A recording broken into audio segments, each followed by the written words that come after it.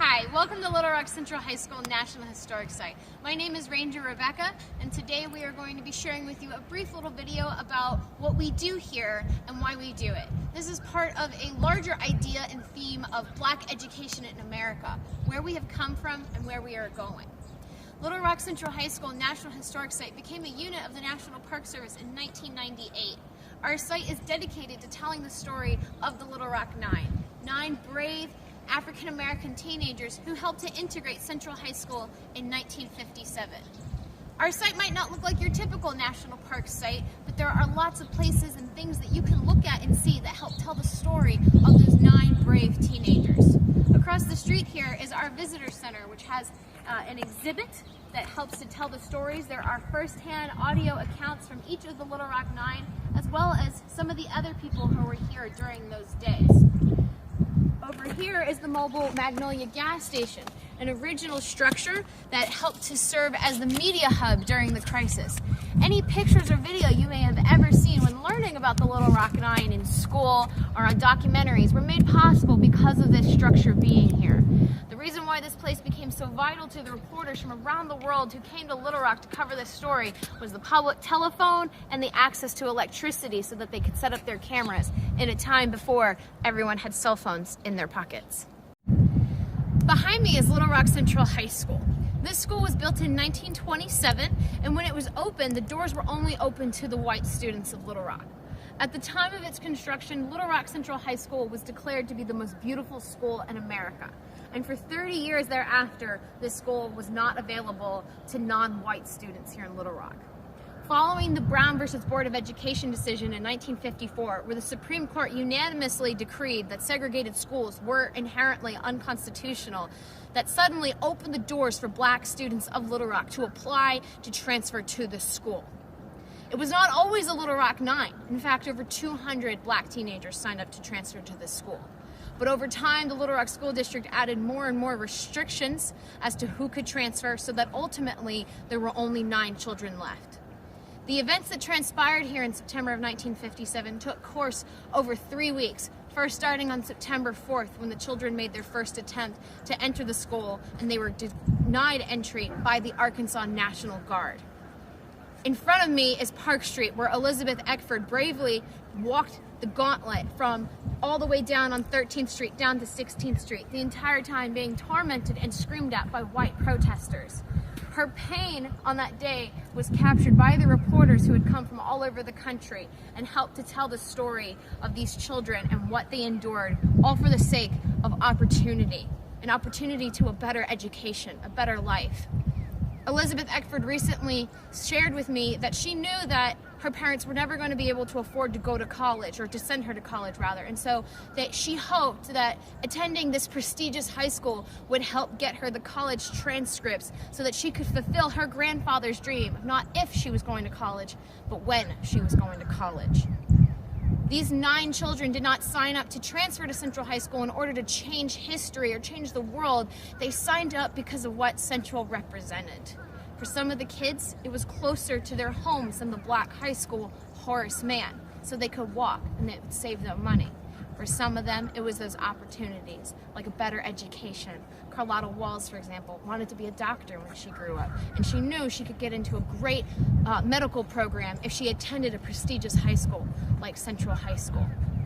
Obviously, on September 4th, the children were not successful in getting inside of the school. It would then take a second attempt on September 23rd, when at that point, Governor Faubus had removed the Arkansas National Guard after being court-ordered to do so, and then left the situation in hands of the mayor of Little Rock. That mayor sent in the police department, but by that time, the moms here who were protesting integration had grown to over 1,000, and there were only 100 officers. This is another location within the boundaries of our park that helped to tell the story of the Little Rock Nine and what they endured. This is Elizabeth Eckford's bus bench. On September 4th, after Elizabeth was turned away from the school by the National Guard, she came here knowing that there was another bus stop that could hopefully get her out of here, away from these tormentors. Elizabeth sat here for about 38 minutes, and all the while being screamed at by protesters who were furious that this child, this Black girl, would come here to try to get a better education. During those 38 minutes, only a handful of people came to Elizabeth's aid. One of her fellow classmates, one of the Little Rock Nine, Elsie Bates, Daisy Bates' husband, one of the reporters from the New York Times, Benjamin Fine, who allegedly sat here next to Elizabeth and tried to comfort her, and another lady, Grace Lorch, who stood here and tried to put shame into the crowd, putting them on blast essentially for tormenting this little girl. Benjamin Fine and Grace Lorch tried to take Elizabeth into this building across the street, which at the time was Ponder's Drugstore. Today the building is privately owned, but it does help to add to that story of what Elizabeth Eckford suffered.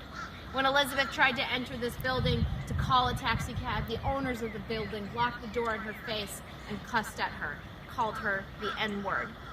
Eventually the city bus did come and Elizabeth and Grace Lorch left together, taking Elizabeth away from September 4th. Now over when we were at the high school, I was telling you a little bit more about what happened after September 4th. September 23rd, when the National Guard were gone, but now it was the job of the Little Rock Police Department to help protect these children. The children were smuggled into the 16th Street entrance of the school, but they were only in school for about an hour and a half that day, before white students of Central began running out of the school screaming, "They're in the school, they're in the school, get them out." That signaled to the protesters, that group of 1,000 people, to start storming the school, fighting with the Little Rock Police Department. The Little Rock Nine escaped with their lives that day, though others were not so lucky. The crowd sought out black reporters and began attacking them.